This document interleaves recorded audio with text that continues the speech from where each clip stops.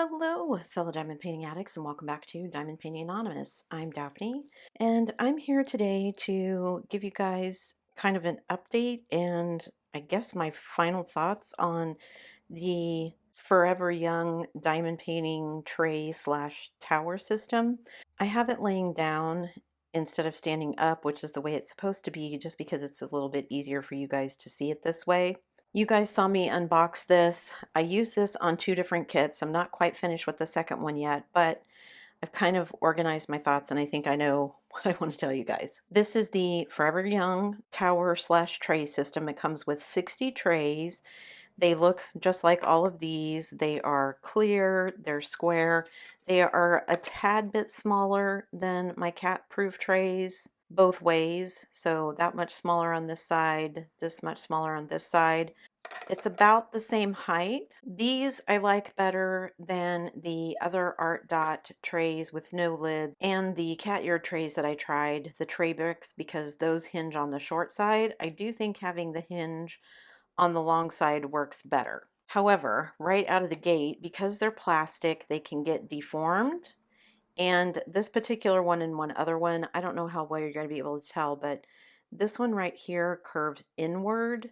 So when I close it, because it curves inward, this latch piece doesn't stick out enough for it to be able to latch securely. So I don't know if there's a way. I know when I was painting minis, they said you could heat it up and then hold it in place to get it to reform.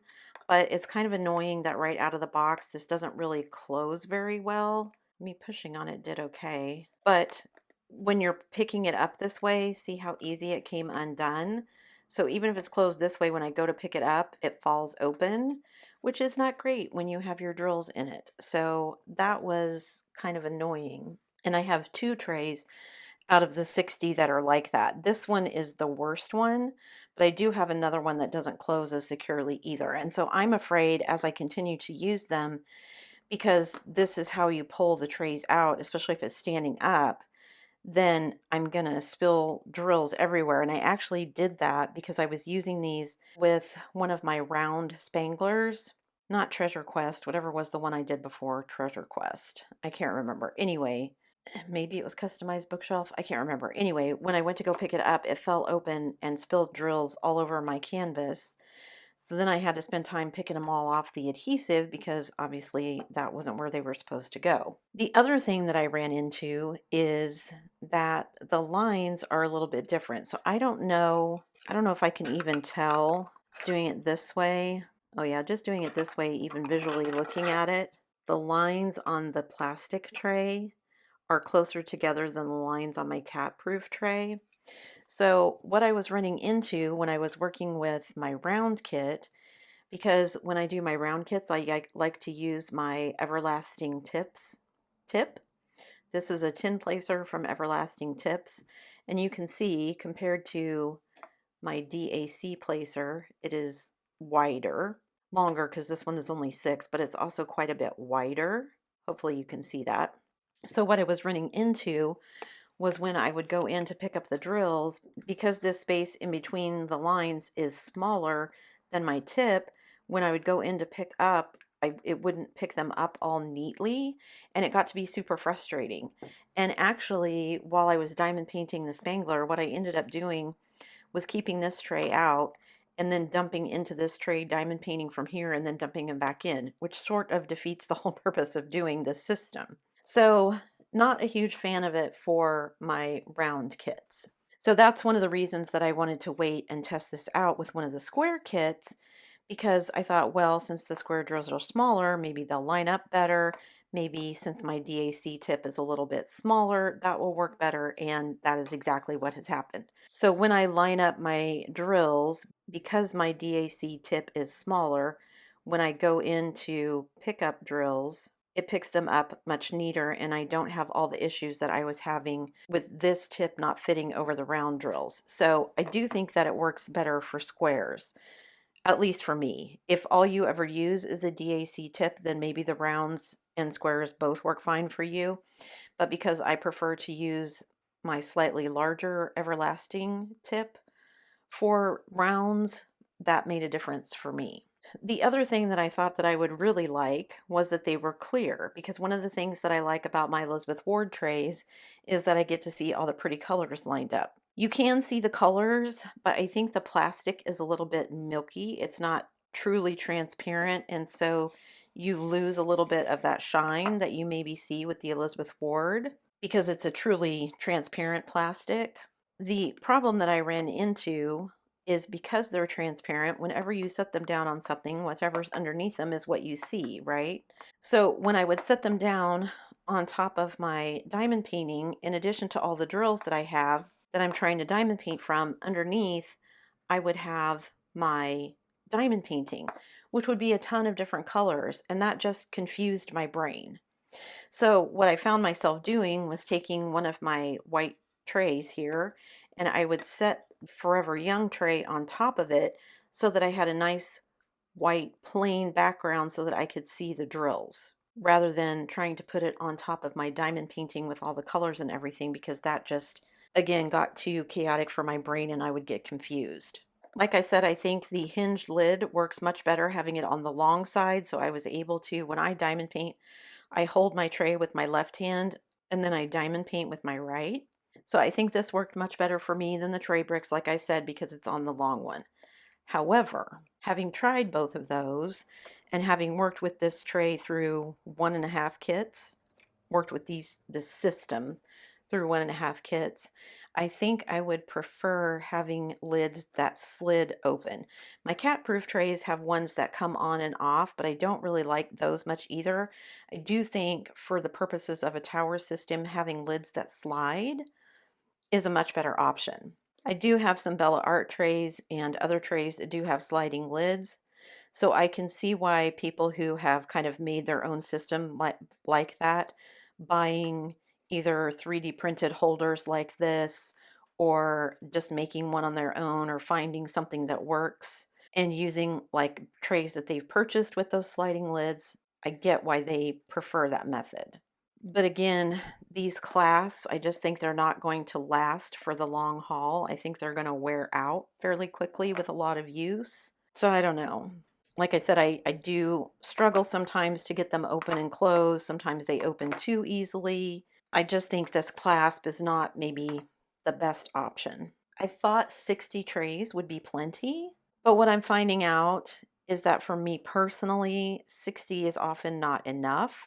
A lot of my larger kits, especially my larger squares, have more than 60 colors.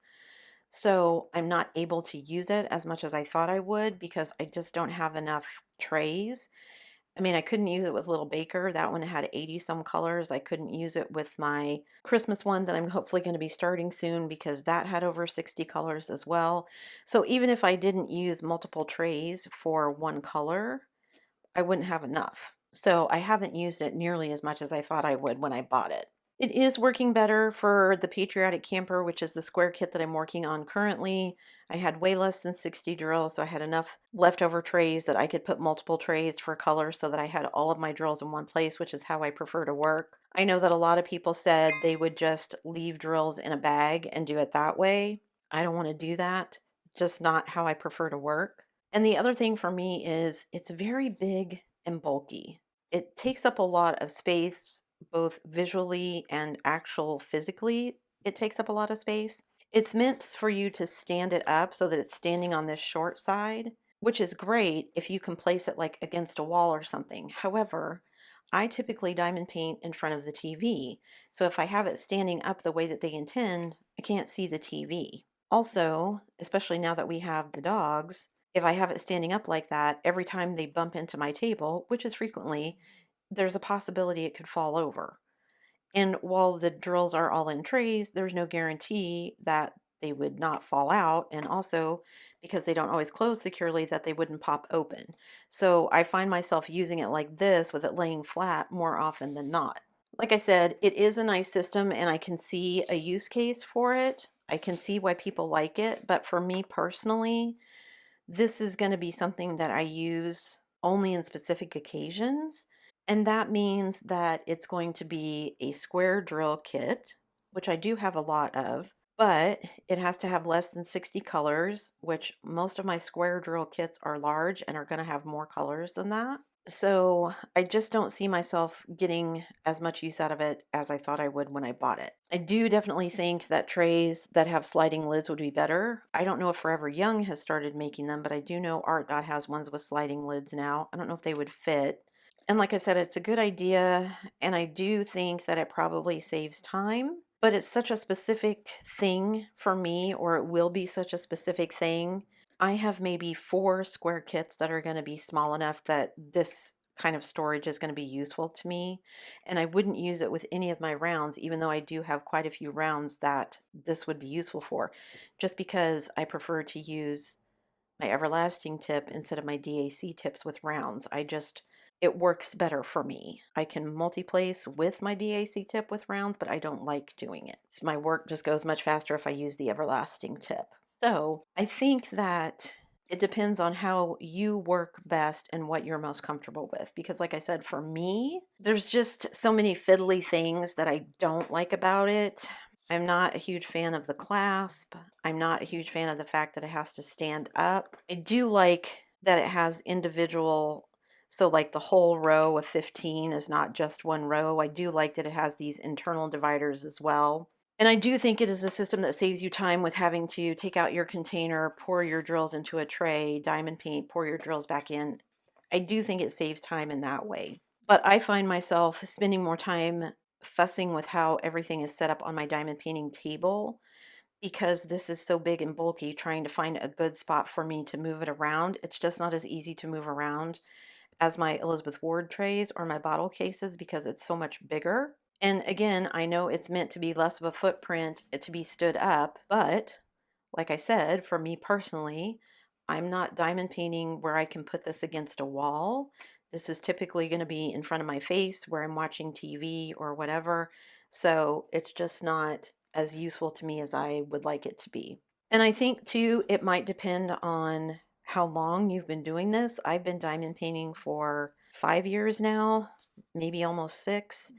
And I just definitely have tools and accessories that I go back to over and over and over. I use this pen all the time just because I'm too lazy to change to another multi-placing pen. 2s, 3s, and 4s are kind of too small for me. This kind of hits the sweet spot for squares. It's big enough that I can multi-place 7 at a time, but it's not so big that it gets away from me. And same reason with my round tip that I use from the Everlasting Tip store. So I definitely think, again, that is something that depends on how you work and what's most comfortable for you. If you think you would like to try this setup, I would encourage you to try it because I do think that it's a good system for a lot of people. I just don't think it's the best system for me. So that's what I thought of it after using it. I completed one whole Spangler using this system, and I'm currently working on Patriotic Camper, and I'm about halfway through it. I will say I'm actually diamond painting out of the trays with Patriotic Camper because my DAC tip fits in between the lines much better for me. Your mileage may vary. Like I said, if all you use is the DAC tips, then you're probably good to go for everything with these. That's just not how I work. So I'm curious if any of you have this system. Have you tried it out? Is this a system that appeals to you? It is much faster to kit up. And like I said, I'm sure it's faster to diamond paint because you're not pouring back and forth. The thing for me is I only diamond paint one color at a time. So even if I'm working on a section, I don't pull out 6 different colors and just have them laying in front of me. I would use the wrong color on something. I already do that when I only pull out one. I can't tell you how many times with just this kit, at least 3 that I can think of where I multi-placed the wrong color on the wrong symbol and had to pull it off. So having 6 out for me just does not work. If you're somebody who can work like that, then maybe this system is for you. If you're someone like me who needs to concentrate on one thing at a time, this may not be the best thing. So like I said, leave me a comment down below and let me know your thoughts. Am I missing somehow the genius of this? I think it's not that I'm missing anything. It's just that it's not my preferred way to work. Having multiple colors open at once, I can see how that makes it faster, especially in confetti heavy kits, but that's just not ever something that I'm going to do. But I'm curious to know how other people think and how other people work. So leave me any relevant comments down below. That's it for me today, guys. Thanks so much for sticking around till the end of the video. Before you leave, don't forget to do all the things. If you like this video, give it a thumbs up. Hit that subscribe button if you haven't already, and hit that bell notification icon so that you can be informed of future uploads. And as always, guys, thanks so much for watching.